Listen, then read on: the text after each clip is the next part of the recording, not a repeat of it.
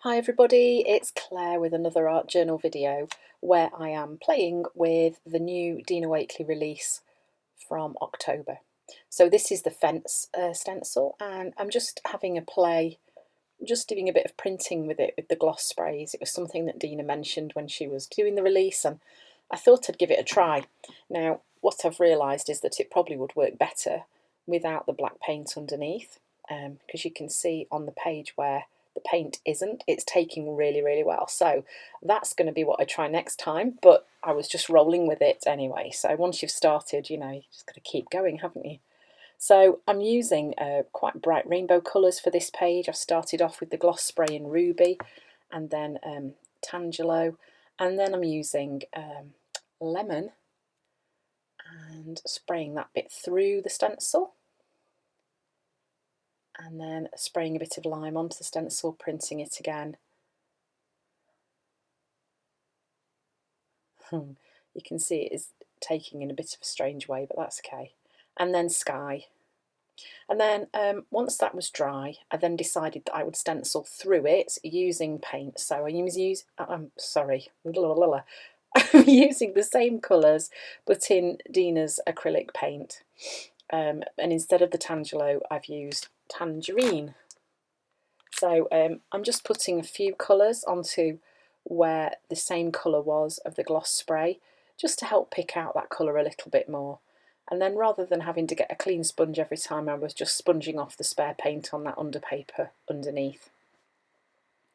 So then I'm using turquoise actually instead of sky, and then a little bit of magenta just on the end. And then I bring the magenta in at the left-hand side as well, just to kind of balance the page up a little bit. So now those colours really work quite well with the gloss spray underneath. That just adds a touch of colour, and then the stenciling on top. And then these are the new chipboard shapes from the Profiles set, which is brand new this October. And instead of using the actual shapes, I'm just going to use them as a mask, and I'm going to just sponge round them just so that I get that silhouette. And then I'm going to cut them out and use those on my page.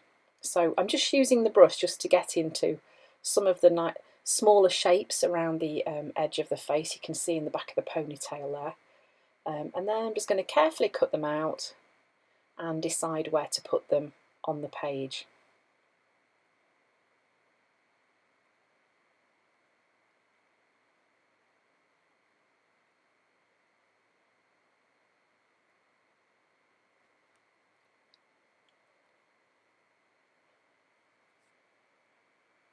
Okay, so once I'd worked out where they were going to go, I then used some collage paper from the Just Words set and just tore some strips just to go underneath the faces, just to kind of, I don't know, help them to stand out a little bit and a bit more interest, a bit more layering on the background too. So I used a mixture of gel medium and also Dina Wakley's ultra thick gel medium, because one or two of these faces were on a slightly thicker card. So the gel matte medium would have worked all right, but might not have stuck them down really well, whereas Dina's own ultra thick is really good for sticking thicker things down onto the page. So they stuck down, and once they were dry, I then got a Posca pen and just did a few smudgy lines just to sort of highlight where that collage paper was, and a few dots as well. Not too many. And then I was starting to think about where my words were going to go, and more recently I've been journaling words through my pages, sort of in a flowy way. And I also knew that I wanted to use some of the word stamps from this set, which is called Make Things Happen. So I decided I would stamp those onto the faces.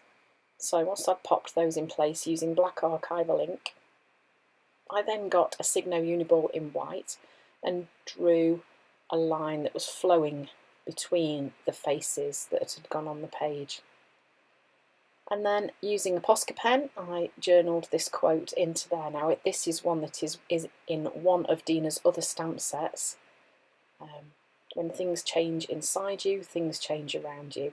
And I felt that fitted quite well with this page and the little quotes that were stamped onto the faces. You might notice here that I'd had made a bit of a mistake and wrote the word inside again at the end of the quote, so a bit of a dough moment there. but I was able to fix it, and it's okay. I'm just glad I spotted it before I photographed it. That would not have looked good. So then I just wrote over the over the white pen with a black pen. I think it's late and I need to stop doing these videos now. Anyway, there's the finished page. So I hope you like how I've used these new things. There's so many possibilities for the new release. So keep watching and I'll see you again soon.